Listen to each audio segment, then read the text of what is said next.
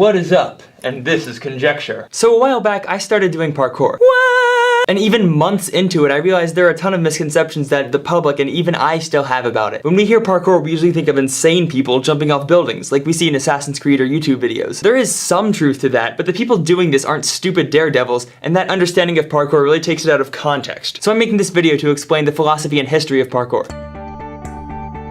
So parkour is a form of movement. It's a way of navigating your environment, and humans have been moving since, well, a while. But the first tangible roots of parkour grew with French naval officer Georges Hébert, who in 1902 coordinated the rescue of hundreds of people in Martinique after a volcanic eruption. After experiencing this, he realized that athletic skill must be combined with courage and altruism in order to be truly useful. Être fort pour être utile.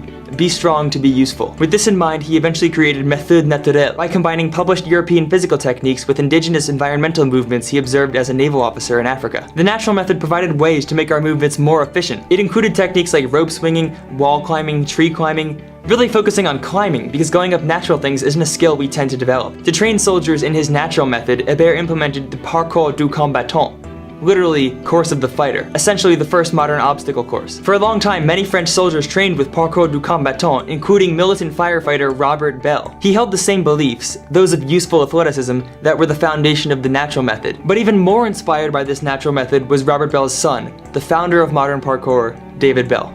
David Bell and his friends loved this idea and soon practiced it non-stop. For them, it wasn't just movement, it was a discipline, a way of life. Their philosophy focused on self-improvement, both mental and physical, to overcome any artificial or natural obstacle they may face in their environment. What many don't understand about parkour is that it's not crazy people jumping off buildings trying to look cool. It takes years of practice to know what you're capable of doing in a safe way. And these people jumping from roof to roof aren't doing it for fame, they're doing it to improve themselves, to shatter what they once thought impossible. As you can imagine, word spread about these crazy, amazing people, and Bell and his friends performed an exhibition of their discipline in 1997. Shortly after, Bell left the group to pursue an acting and stunt career, but he wanted the name of the discipline to reflect its roots, like the parcours du combattant. A friend recommended replacing the C with a K and taking out the silent S, and thus, parkour was born.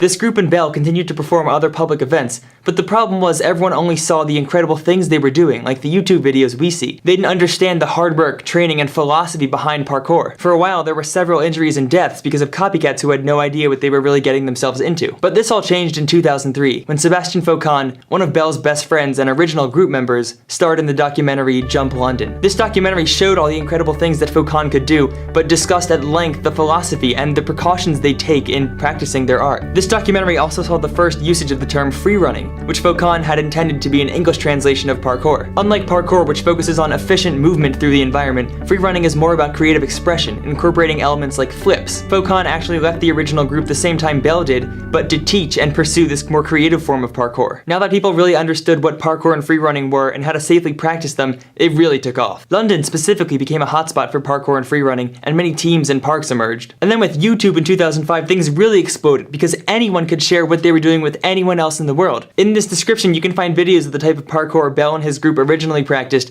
insane variations on freerunning, and even parkour and freerunning tutorials. Whether it's parkour or freerunning or something else, the discipline for me is about expressing myself as I navigate through my environment. And I hope many of you now see it that way too. Thanks.